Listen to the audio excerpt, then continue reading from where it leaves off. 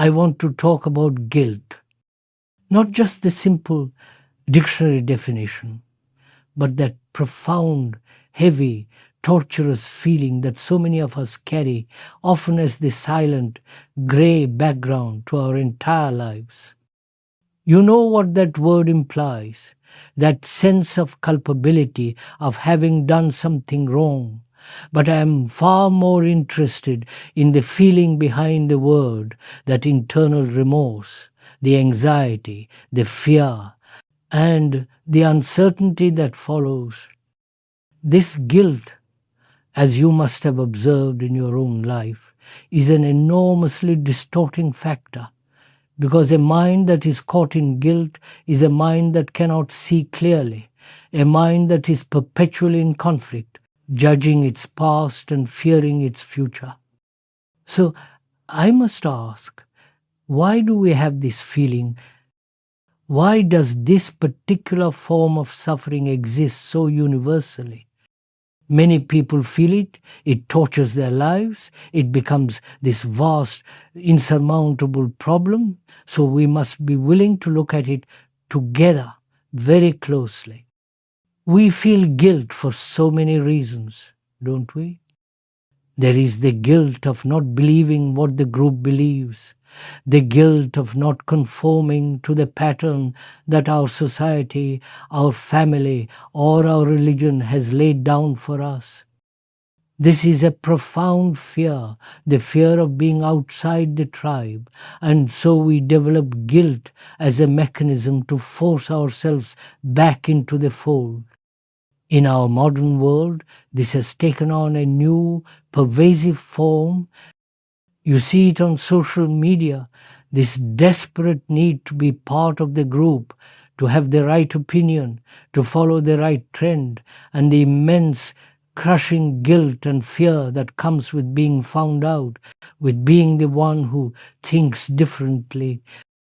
We feel guilty for not being successful, for not being beautiful, for not being enough, according to some imaginary standard. But where does this standard come from? Is it not just put together by our environment, by a culture that thrives on comparison and desire? We even feel guilt for things we didn't do, the guilt of a person who feels they haven't supported the war of their own country, or perhaps the opposite, the guilt of having supported it. The causes are many, but the feeling, that inward turning poison, is the same. So I am asking, why does this feeling exist at its root? Is it perhaps because we are not truly responsible? Now, please follow this with me. When I say responsible, I don't mean in the shallow sense of paying your bills or showing up to work. I mean a much deeper responsibility, the demand for excellence in ourselves, the demand for total moment-to-moment attention to our own lives. Is it possible that guilt is the shadow we cast when we are lazy, when we are indolent, when we are inattentive, and therefore slightly or profoundly irresponsible? When we face that irresponsibility, that gap between what we are and what we feel we should be, does that friction not create this thing we call guilt? Let me offer a scenario, a story that perhaps illustrates this. Suppose I, feeling lost and uncertain in the world, have followed somebody. I have outsourced my responsibility to a guru, a religious leader, an ideology, or even a modern influencer because I want security. I want to be told what to do. This guru I have chosen perhaps indulges in all kinds of things, in sex, in money, in power, and I, as the devoted follower, indulge right alongside him because he has given me the justification, the framework to do so. I have handed over my own conscience to him. But then, inevitably, he changes his mind. He has become old, perhaps, or the social climate has changed, and he suddenly says, "No more." And all his other disciples, the group I so desperately wanted to belong to, echo in chorus, "No more." What happens to me? I am suddenly flooded with this terrible feeling, this guilt thinking, by Jove, I shouldn't have done this, I've been wrong. But I ask you, am I feeling guilty because I have truly understood the nature of my actions? Or am I feeling guilty because the authority I chose to follow has now retroactively condemned me? My guilt is not born of my own clarity, it is born of my blind obedience. I was irresponsible, I was indolent in my own thinking, and the guilt is the price I pay for having handed my life over to another. This, I feel, is the core of the whole issue. So, the question of why we have guilt is perhaps less important than the question of how we deal with it. This is the real issue, isn't it? How do we have this remorse, this feeling of not being what we are and doing things which cause us and others damage? And what do we do about it? Let's find out, shall we? Not just investigate the endless causes, which we know I have done something which I later realized was not proper, not correct, not true, and I regret the action which produced that unhappiness, and I feel guilty. The causes are 1,000-fold, but the mechanism is the same. So, what shall we do? How would you deal with it? What is your approach to it? This is a very important question, perhaps the most important question. How do you come near the problem? When you feel this guilt, this anxiety, what is your first instinct? Is it that you want it resolved? Is it that you want it wiped away, erased, so that your brain is no longer caught in that painful repeating loop? Do you approach it with the desire to be free of guilt? Because if you do, you are approaching it with a motive. And as long as there is a direction, a motive, a desire to achieve a result, then that motive or direction dictates the entire issue, does it not? You have already decided the outcome before you have even begun to investigate. So, I am asking, do we always approach any problem with a motive? And if we do, can we ever see the problem for what it is? Is it possible, I wonder, to approach a problem like this enormous weight of guilt without any motive at all? Is it possible to look at it as though for the first time, without any of the background knowledge, any of the desire to escape, and simply look? So we are left with this very serious question. How do you approach a problem? We saw that if we approach guilt with the motive to be free of it, we have already distorted our perception. We are caught in a new trap. This brings us to a much deeper inquiry, something that goes far beyond the single feeling of guilt. We must ask, what is a problem? And even more profoundly, why do we have problems at all? You have them, don't you?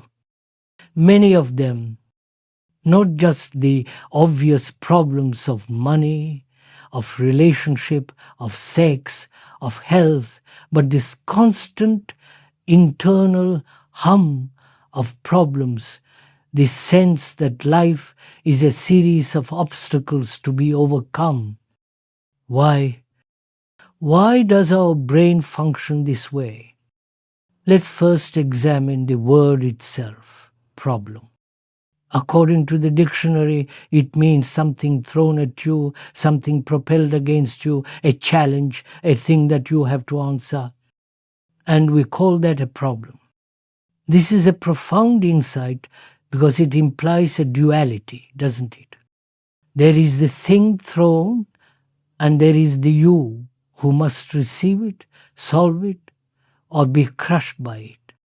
The very word creates a state of conflict, of opposition. But why, I ask, does our brain, your brain, have this constant stream of issues? Why is life, for us, a series of things thrown at us? Please, let us explore this together, not just accepting what I say, but looking at our own lives. From our very childhood, when we first send a boy or a girl to school, the brain is trained, conditioned to live in the framework of problems. The child has to learn to read and write, and having never done it before, this learning becomes a problem for him to solve. Then, as he grows, this conditioning deepens.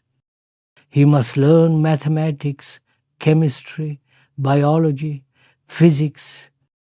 The whole education, high school, university, is a process of learning to solve progressively more complex problems, and so the brain is meticulously conditioned to problems.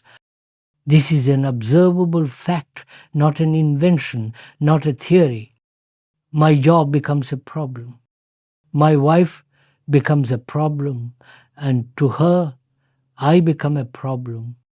Finding a God or denying one becomes a problem.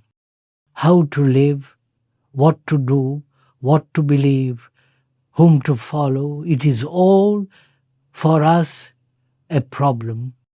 This conditioning has become our culture, what one might call a culture of problems. Our entire way of living becomes a problem.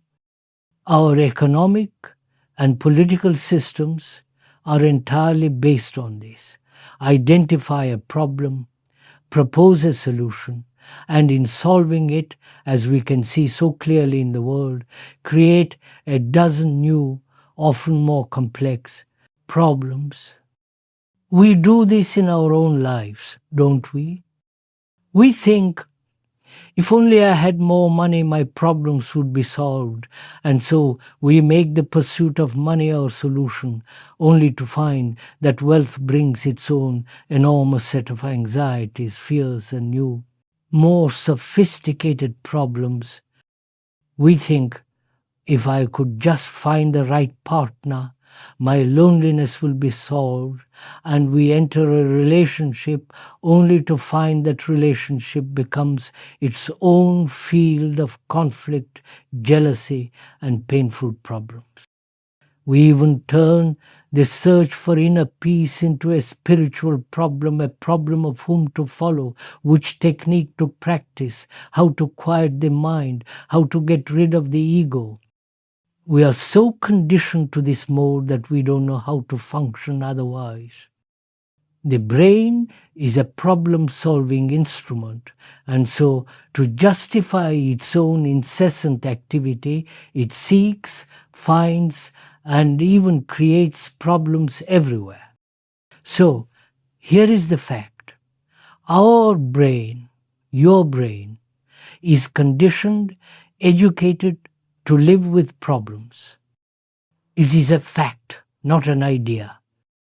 Now, can we look at this fact and see what to do, or perhaps what not to do? The critical question I am putting to you is this: can the brain be free to solve problems rather than approaching them with a mind that is already crowded, burdened, and defined by problems? Do you understand the difference? I have been to school. I am not interested in what the teacher is saying. I am looking out of the window enjoying the sky, the bird, and he bangs me on the head and says, "Right." He holds my hand, guides it, and I think, "Good Lord, I must learn." It becomes a problem. And this is our entire education, our entire life. I am not against education, you understand, but I am pointing out how it has conditioned us. We have become masters at solving specific problems, but our living has become a tremendous problem. So, our primary question is it possible to be free of problems first and then attack the problems of living? Because there are problems, there are challenges in life that is obvious. You have to have food, shelter, you have to deal with a world that is noisy and often chaotic. But I cannot resolve them clearly if my brain, the very instrument of perception and action, is not free. If the brain is not free, then in the solution of one problem, as I said, other problems are inevitably created. This is what we see in our politics, in our families, and in our own hearts. So, I ask you, can we be free of this conditioning first? Can we uncondition the brain that has been educated for millennia to live and breathe in a world of problems? So, when I ask this question, is it possible to be free of this conditioning, to live with problems? How do you answer it? What is your immediate inward response? Do you say, "Yes, it is possible," or "No, it is impossible"?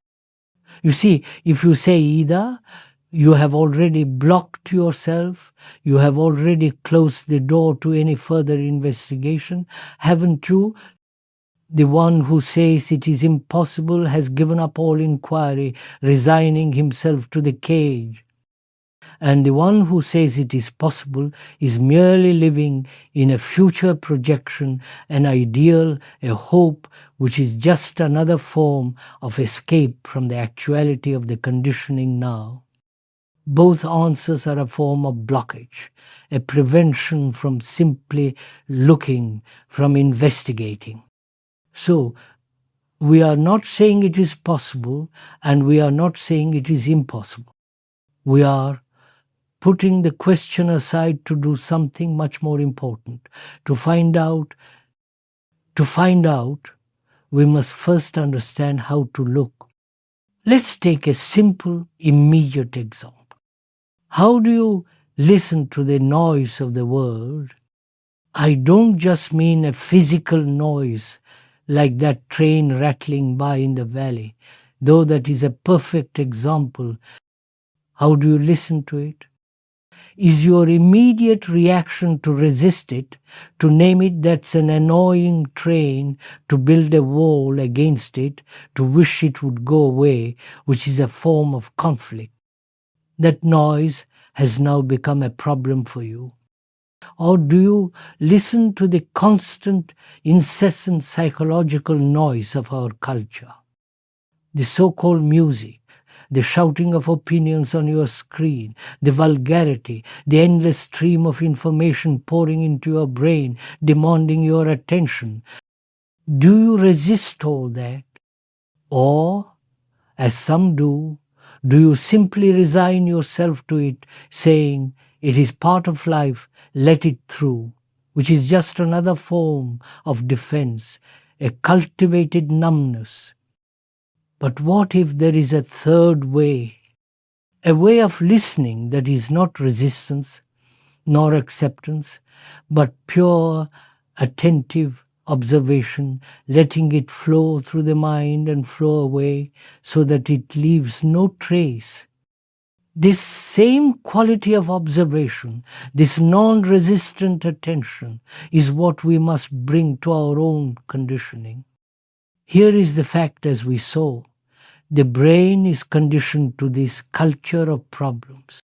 That is a nice word, isn't it? The culture of problems. Now, here is the essential point, the absolute crux of the matter. Is the conditioned brain different from the observer who is looking at it? Is the me, the I who says, I am looking at my conditioning, I see that my brain is conditioned, I must be free of my problems, in any way separate from the conditioning itself? Is the analyzer different from the thing being analyzed? I am asking you to please do not complicate this. It's a very simple and direct question. Let us take a common, everyday feeling. Take anger, or greed, or envy. Is the anger you feel something different from you? Or is the you who observes the anger itself, the anger, our entire culture, our language, our education has trained us to separate the two? We say, I feel angry, as if I'm a permanent, separate entity and anger is a temporary, alien thing that has invaded me. And because of this separation, our entire psychological life becomes a battlefield. I say, there is envy in me, and therefore I must control it, I must suppress it, I must be free of it. In that very statement, I have created a division, and therefore I have created conflict, effort, and a new problem to be solved. Do you see this? Why have we done this? Why this fragmentation? It is perhaps because the me, the observer, wants to feel permanent, safe, and in control. This I is a structure built by thought, a center of memory and experience, and it protects itself by separating itself from its own qualities, especially the qualities it finds unpleasant or frightening. The observer, the I, identifies with the good qualities. I am thoughtful, I am loving, and it disowns, and therefore must fight the bad qualities. I am jealous, I am petty, I am afraid.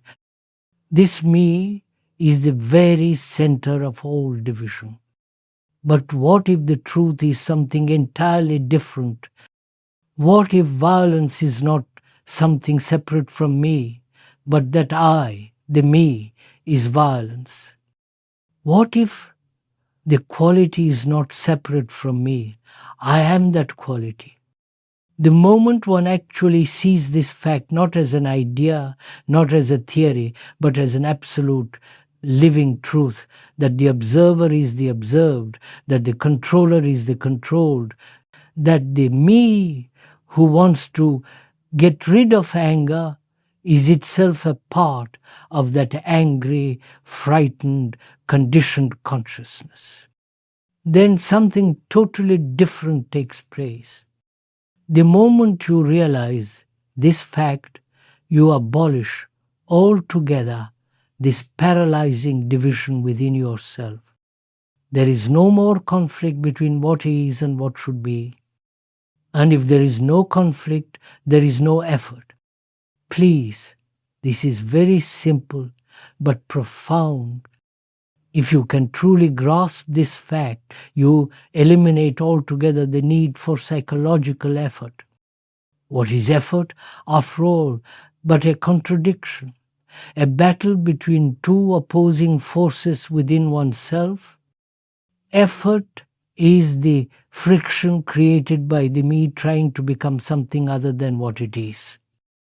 But if you see that you are your quality, you are your anger, you are your jealousy, your hate, your uncertainty, your confusion, you are that, then the battle ends.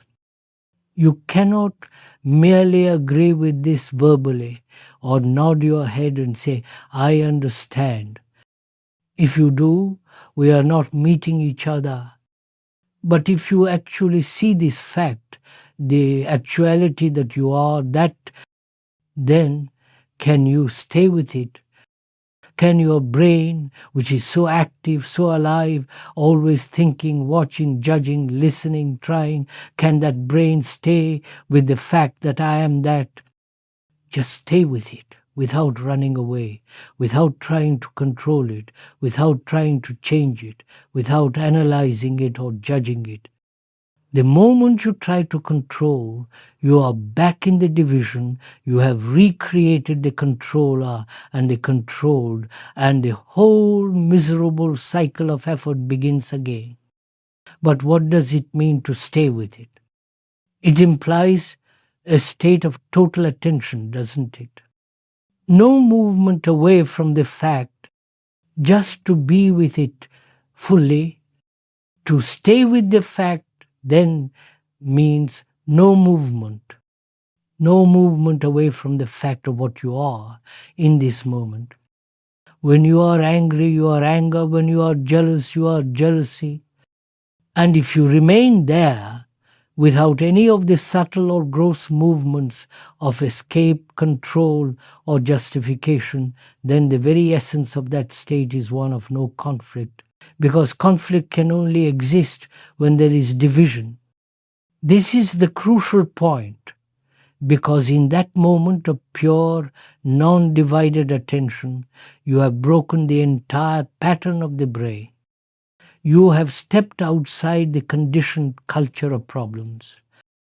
Because what is the brain's pattern? The moment an unpleasant or powerful feeling arises, guilt, fear, loneliness, the brain, which has been educated for millennia to solve things, immediately says, I must do something. This doing is the movement away from the fact. It asks, what is the right thing to do? Which means it is searching its memory, its conditioning for a rule. It asks, who will tell me the right thing to do? Which means it is looking for an external authority, whether it's a priest, a psychologist, a guru, or the latest self-help bestseller to take away the pain. This frantic search for an answer, for a solution, is the very activity that perpetuates the problem. We see this so clearly in our modern lives, don't we?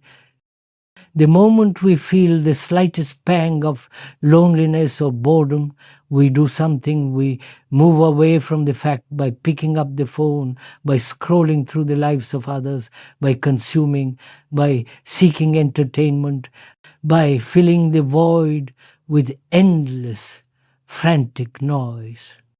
All these actions are a flight from the actuality of our own state, and therefore we never understand it and we are forever bound to it. But when you truly see the fact that you are not separate from your quality, when you hold that fact, something entirely different happens. It is like holding a jewel. Let us say you are holding the jewel of your anger or your guilt. It is a marvelous thing to look at, intricately put together, carved with 1,000,000 years of human history, and you are holding it. You are not judging it.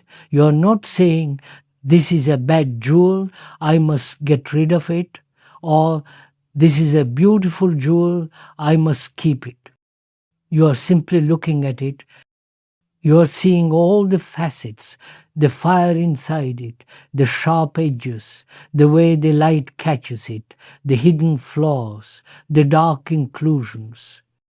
You are watching it, and in this watching, you realize the most profound truth.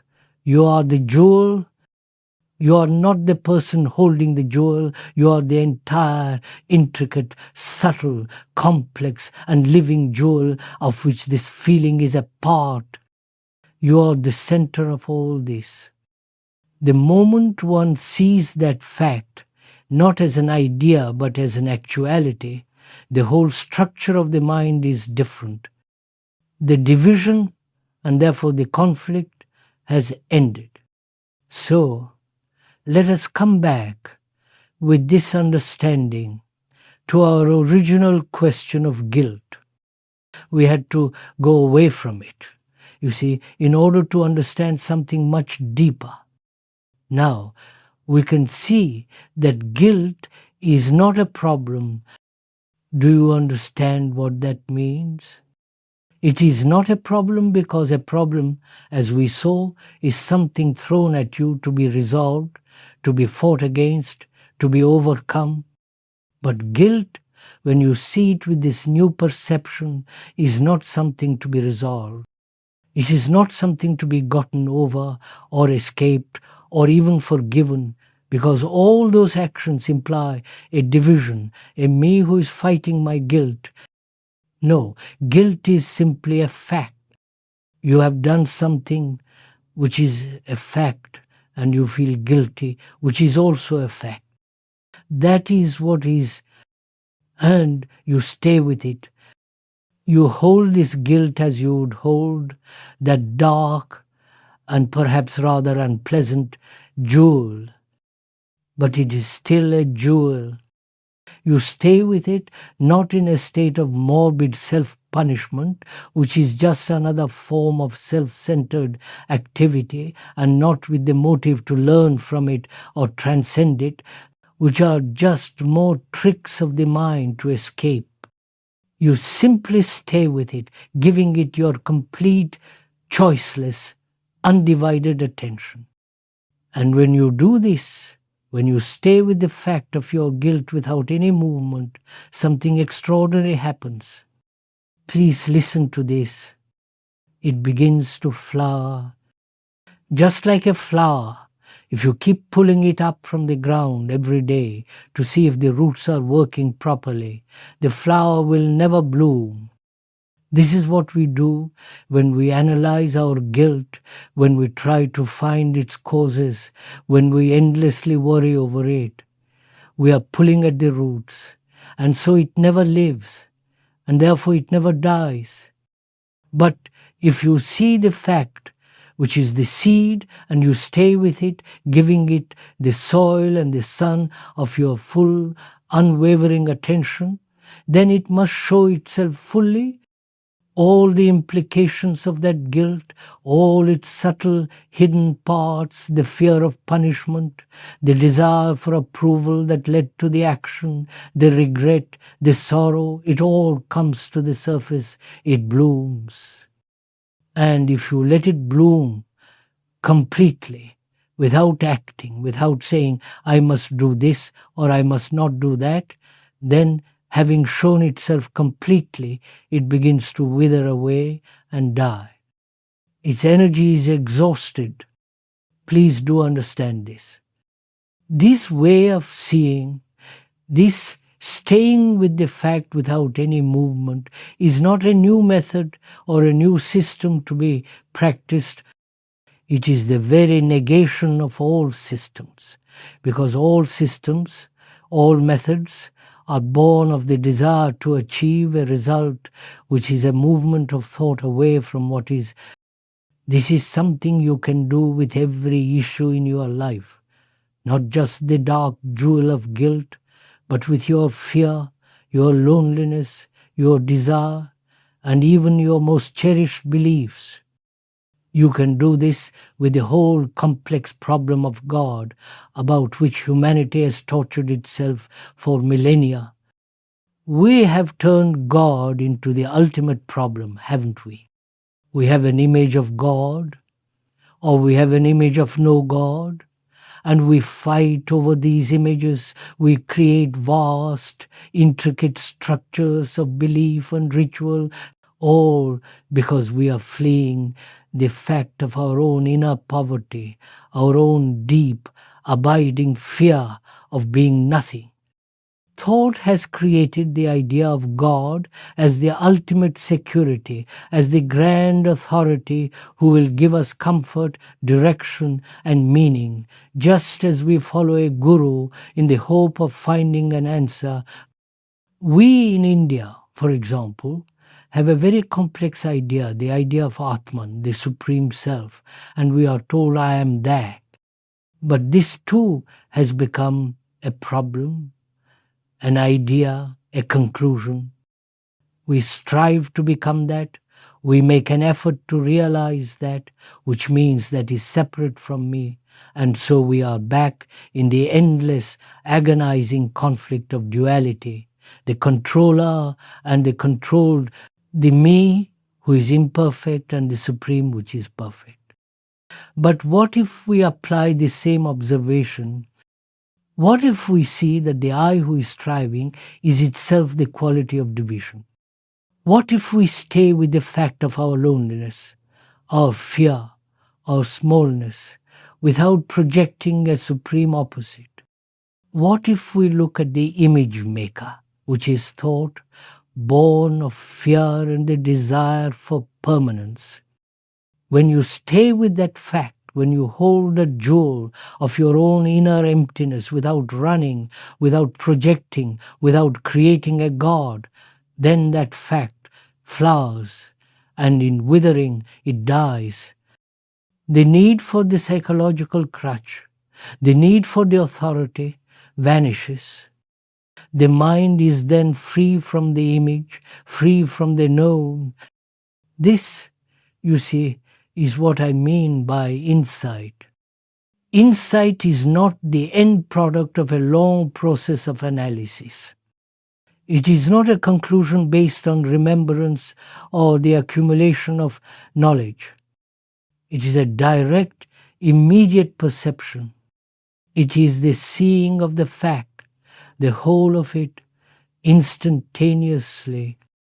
When you see that the observer is the observed, that you are your anger, that is an insight. In that moment of seeing, the division has ended. And when the division ends, the problem is dissolved. It is not that you have solved the problem. It is that the insight itself has revealed that the problem only existed because of the division. This is the enormous psychological factor I am trying to communicate, a factor that frees you from all the past struggles, the present struggles, and the endless, exhausting effort of the me trying to fix itself. This is the freedom we were asking about at the beginning. This is the unconditioning of the brain. The brain that is free is not a brain that has solved all its problems, but a brain that is no longer creating problems psychologically. It is a mind that can use thought, which is a magnificent and necessary tool for functional, technical living, to learn mathematics, to build a bridge, to communicate, but it is no longer used by thought. It is no longer a slave to its own psychological content, its memories, its hurts, its fears, its culture of problems. If you have discovered this for yourself, not because I'm telling you, but because you have looked, you have stayed with the fact of your own life, then it is something enormous. You have broken the pattern. The jewel you are holding is no longer a thing of conflict. It is simply what is. And in that simple, clear observation, there is an extraordinary beauty, an intelligence, and a freedom that is not of time, not of effort, and not of the mind.